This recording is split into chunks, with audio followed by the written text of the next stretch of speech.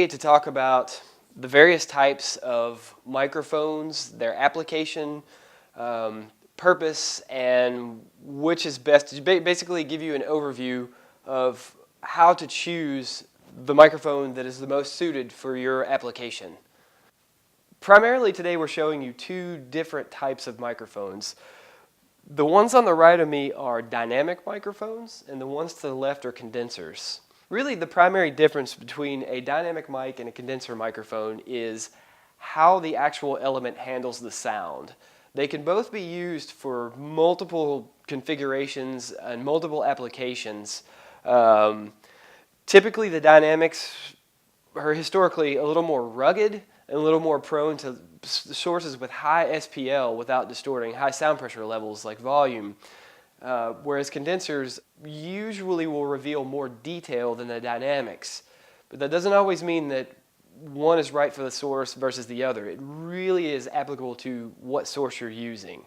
A lot of your favorite records have in fact been recorded with dynamic microphones instead of condensers. So for example, a particularly aggressive vocal style would be a lot more suited with a dynamic microphone than it would be with a condenser.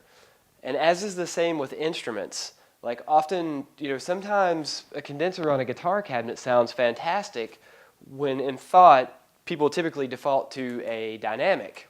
So what we have, starting from this side to the other, we have our own brand. It's called the VLH SM2000 XLR.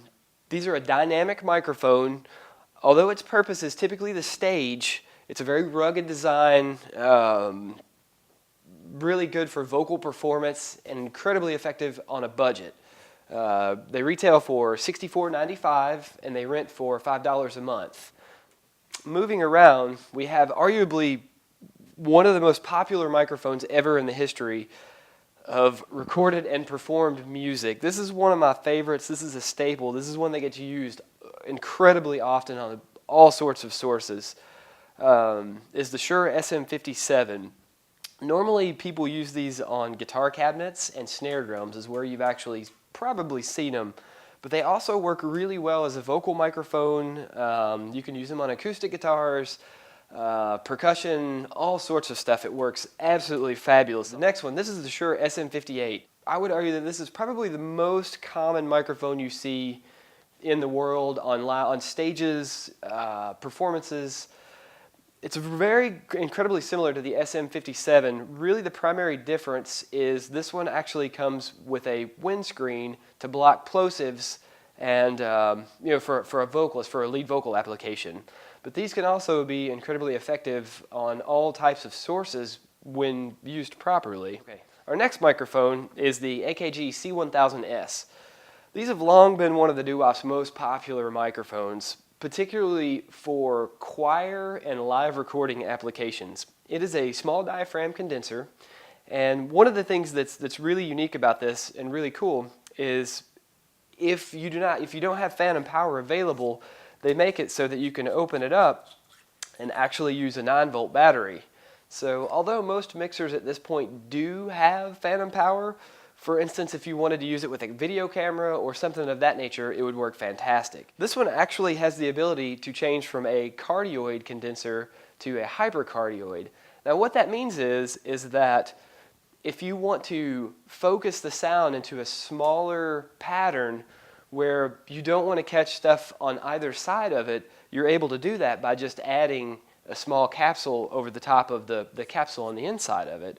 And it also has a presence cap, so you can put that on if you would like more presence out of, say, for instance, a lead vocal or any hand percussion drums, anything where you would want to kind of bump up the presence without using an EQ, that would work wonderful. Another one of our most popular microphones is the MXL 770. Included with this microphone, you get a carrying case, the shock mount, and the mic itself is a side-addressed small diaphragm condenser. This mic has a couple pretty cool features. It has a 10 dB pad on it for incredibly loud sound sources, and it has a low-frequency roll-off or a high-pass filter. What that does is if you have a system, for instance, like an acoustic guitar that's incredibly boomy, like there's way too much low end, and it's making things sound rumbly, you can just engage that, and it'll eliminate that without having to use an EQ in your DAW or on your mixing console. Okay, the next microphone we have is the MXL V67G.